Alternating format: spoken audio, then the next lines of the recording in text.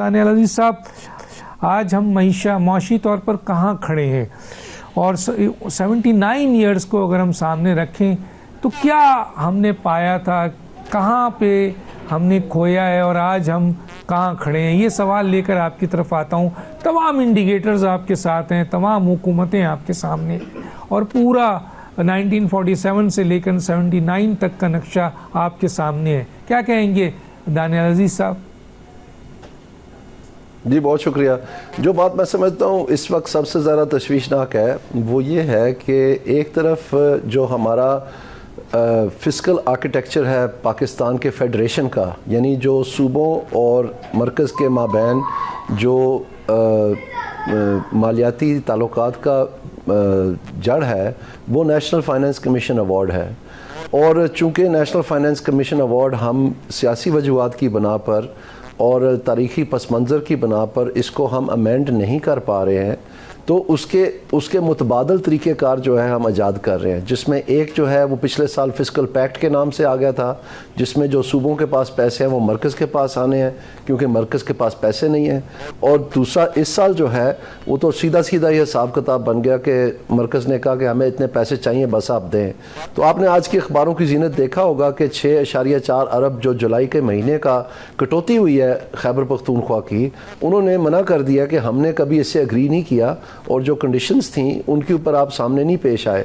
تو یہ میں آپ کو بتانا چاہتا ہوں کیوں تشویشناک ہے، کیونکہ بنیادی طور پر یہی معاملات تھے جو پاکستان، ویسٹ پاکستان اور ایسٹ پاکستان کے درمیان متنازع بن گئے تھے، کہ جو وسائل کی تقسیم ہے اس کے اوپر جو ایسٹ پاکستان تھا وہ محسوس کرتا تھا کہ وہ زیادہ ویسٹ پاکستان کے حق میں جا رہے ہیں اور کمائی جو ہے ان کی تھی۔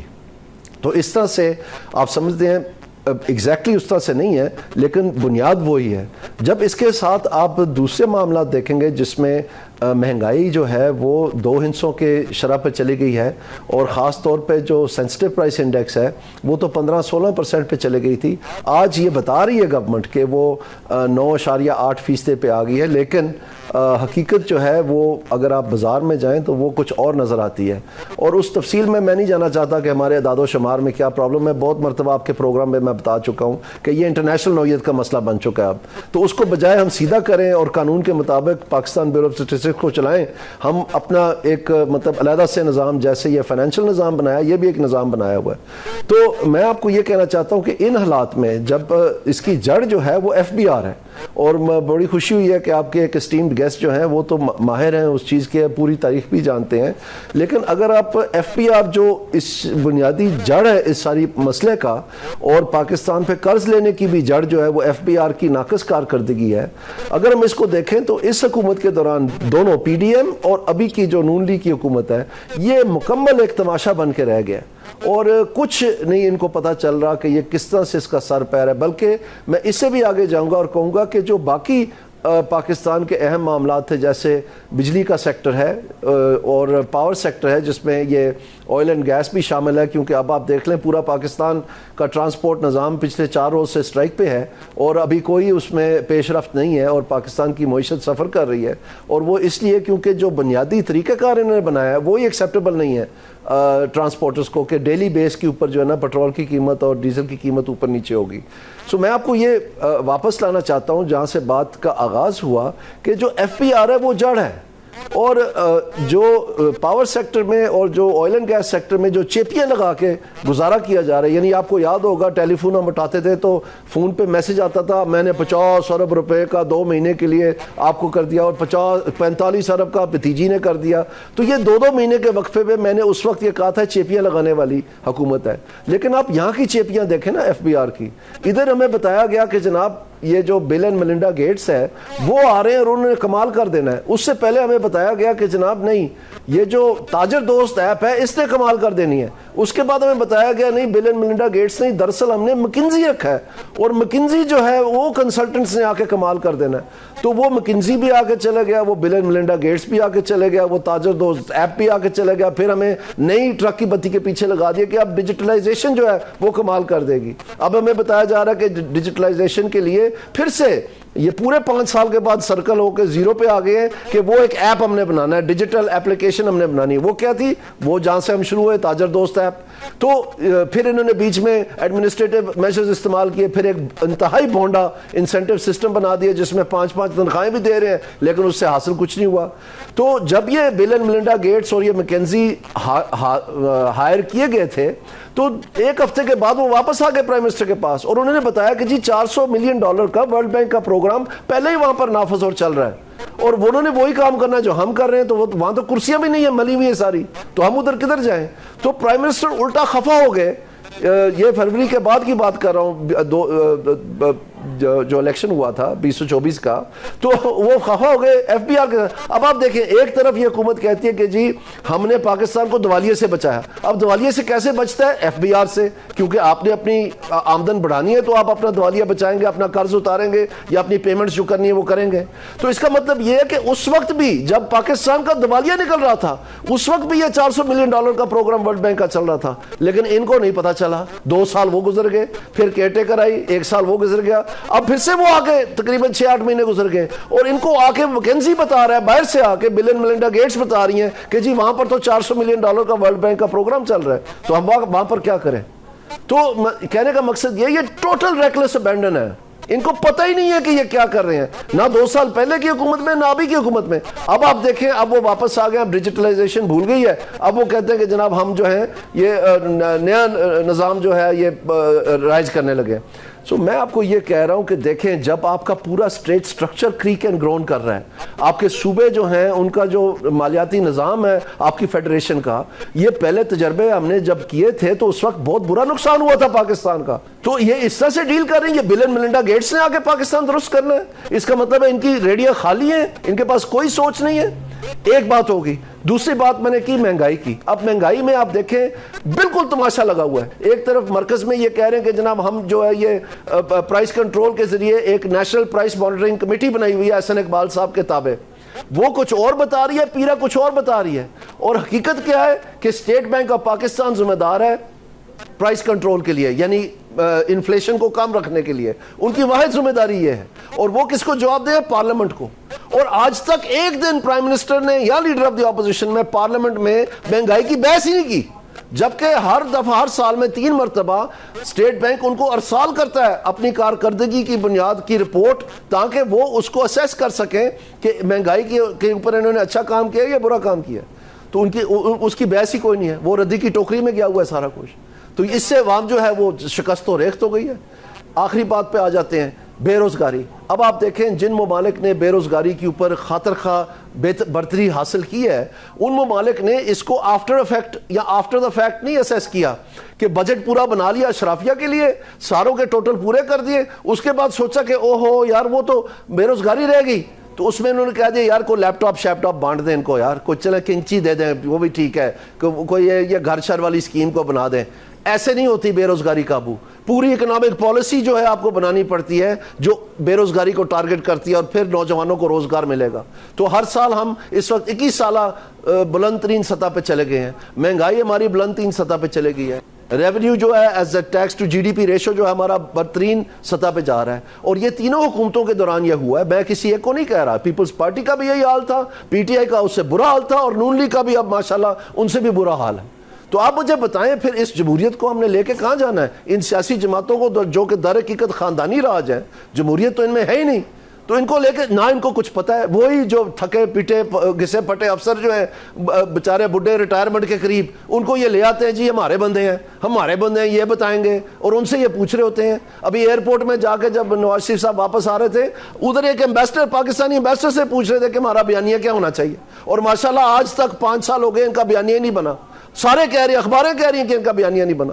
تو میں آپ کو کہہ رہا ہوں کہ کسی بھی فرنٹ پہ ان سے توقع رکھنا کہ یہ پاکستان کے تمغے امتیاز بھی دے رہے ہیں, یہ بالکل فضول سوچ ہے.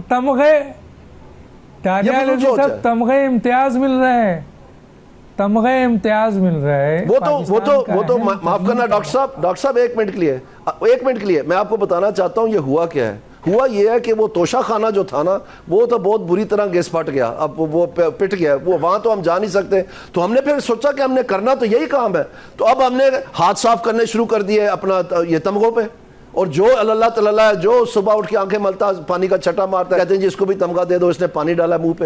مطلب اتنا بھونڈا, انہوں نے کچھ نہیں سیکھا. جی ناظرین کیا کہیں گے آپ اوور آل کنڈیشنز کو؟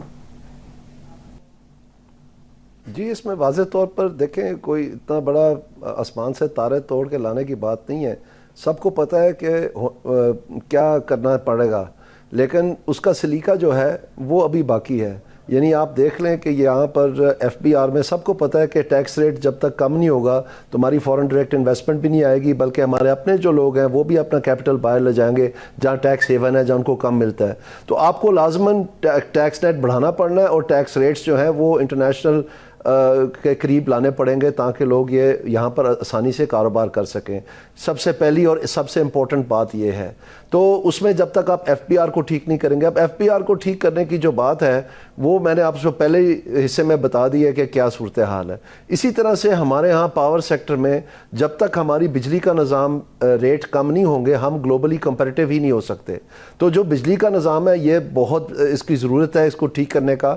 ابھی تک ہمیں بتاتے رہے ہیں کہ یہ کانٹریکٹنگ پرابلم ہے, یعنی آئی پی پیز نے سم ہاؤ ہاتھ مار لیا اور اس کی وجہ سے بجلی مہنگی ہے تو ان کے ساتھ ری نیگوشیٹ کرنا ہے. اب آپ نے کر لیا ری نیگوشیٹ, یہ تیسری مرتبہ ہوا ہے. ان سے کیا نکلا جی 45 پیسے فی یونٹ, کچھ بھی نہیں ہے, مذاق ہے. اصل پرابلم یہ کانٹریکٹنگ کا تھا ہی نہیں, یہ اصل پرابلم تو ہے گورننس کا, جس میں لوگ بجلی چوری کر رہے ہیں, اپنا بل نہیں دے رہے اور محکمہ ساتھ ہو کے چوری کروا رہا ہے اور اس کی وجہ سے آپ 18 گھنٹے لوڈ شیڈنگ کر رہے ہیں جس کی وجہ سے آپ کی کیپیسٹی پیمنٹس تقسیم نہیں ہو رہی ہیں اور کم لوگوں کے اوپر مشتمل ہیں تو وہ بہت زیادہ بڑھ گئی ہیں.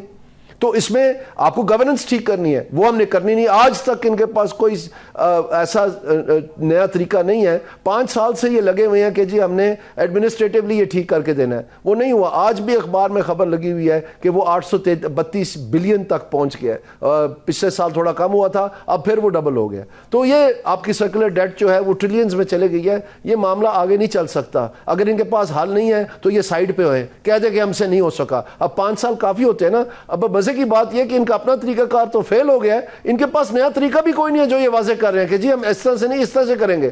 اور یہ اس کی وجہ سے اب میں آپ کو بتایا یہ معاملات ایسے, یہ بے روزگاری, یہ غربت چڑھتی جا رہی ہے, انفلیشن آ گئی ہوئی ہے. اب یہ فائنینشیل جو فاؤنڈیشنز ہیں پاکستان کو وہ سوالیہ بنتا جا رہا ہے. تو میں آپ کو یاد کروانا چاہتا ہوں کہ 1968 میں نومبر کی 7 تاریخ کو 1968 میں گارڈن کالج کے کچھ سٹوڈنٹس جو ہیں وہ لندی کوتل ٹرپ سے واپس آ رہے تھے. اٹک کے چیک پوسٹ پہ ان کو روکا گیا اور وہاں پر انہوں نے جو یہ ٹرانزسٹر ریڈیو, کچھ قمیضیں وغیرہ اور کوئی اس طرح کی چیزیں, کپڑا وغیرہ خریدا تھا وہاں پر لنڈی کوتل میں, وہ ان سے کہا کہ جی آپ یہ کسٹمز پیڈ نہیں ہے اور ان کو وہاں مارا پیٹا بھی اور بہت زیادہ مارا.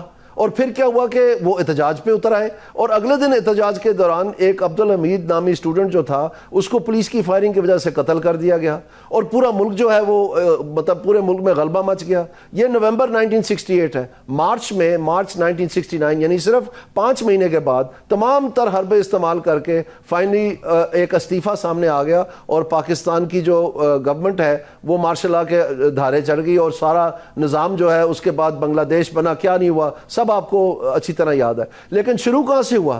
میں آپ کو یہ کہہ رہا ہوں کہ جو ہمارے خطے میں معاملات چل رہے ہیں, جیسے بنگلہ دیش میں ہوا, جیسے سری لنکا میں ہوا, جیسے ابھی نیپال میں ہوا اور جاری و ساری ہے انڈیا میں, اس میں یہ نہیں ہے کہ یہ سارے معاملات جو ہیں وہ ایک ایسی نہج آ جاتی ہے جہاں پر لوگ ریئیکٹ کر جاتے ہیں اور پاکستان اس وقت یہ افورڈ نہیں کر سکتا.